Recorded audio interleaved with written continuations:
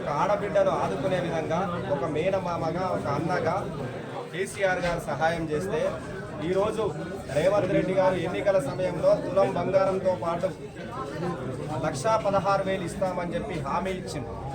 ఆ హామీని నిలబొట్టుకోలేక తులం బంగారం ఇయ్యక ఈ 1,16,000 కూడా ఎగ్గొట్టాలనే ఒకే ఒక లక్ష్యంతో కేసీఆర్ గారు పెట్టినటువంటి ఆనవాళ్లను చెరిపేస్తా అని చెప్పిన గతంలో రేవంత్ రెడ్డి గారు చెప్పారు. కేసీఆర్ గారి ఆనవాళ్లను చెరిపేయడం అంటే కేసీఆర్ గారు పెట్టినటువంటి పథకాలను తీసేయడమే రేవంత్ రెడ్డి గారి పని అని ఒకసారి ఆలోచించాల్సినటువంటి అవసరం ఉన్నది.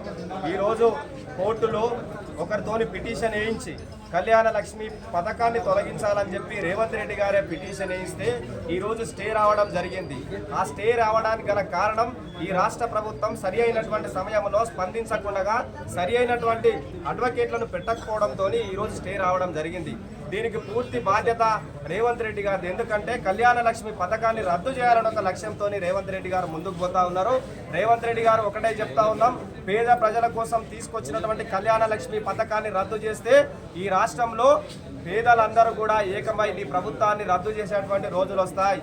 వెంటనే ఉన్నటువంటి స్టేని ఎత్తివేసే విధంగా రాష్ట్ర ప్రభుత్వం చొరవ తీసుకొని సరి అయినటువంటి అడ్వకేట్లను పెట్టి స్టేను ఎత్తివేసే విధంగా ముఖ్యమంత్రి గారు ప్రయత్నం చేయాల్సినటువంటి అవసరం ఉన్నది.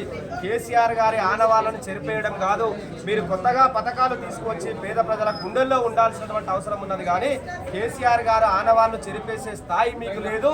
కేసీఆర్ గారు ఆనవాళ్లను చెరిపేస్తామనుకున్న వాళ్ళందరూ కూడా గంగలో కలిసిపోతారు. పేద ప్రజల కోసం రేవంత్ రెడ్డి గారు పనిచేయాలి. వెంటనే కోర్టులో వచ్చినటువంటి స్టేను ఎత్తివేసే విధంగా ప్రభుత్వ అడ్వకేట్లతోని సరి అయినటువంటి నిర్ణయం తీసుకొని మరి వెంటనే స్టే ఎత్తివేసే విధంగా రేవంత్ రెడ్డి గారు కృషి చేయాలని చెప్పి సందర్భంగా డిమాండ్ చేస్తాం.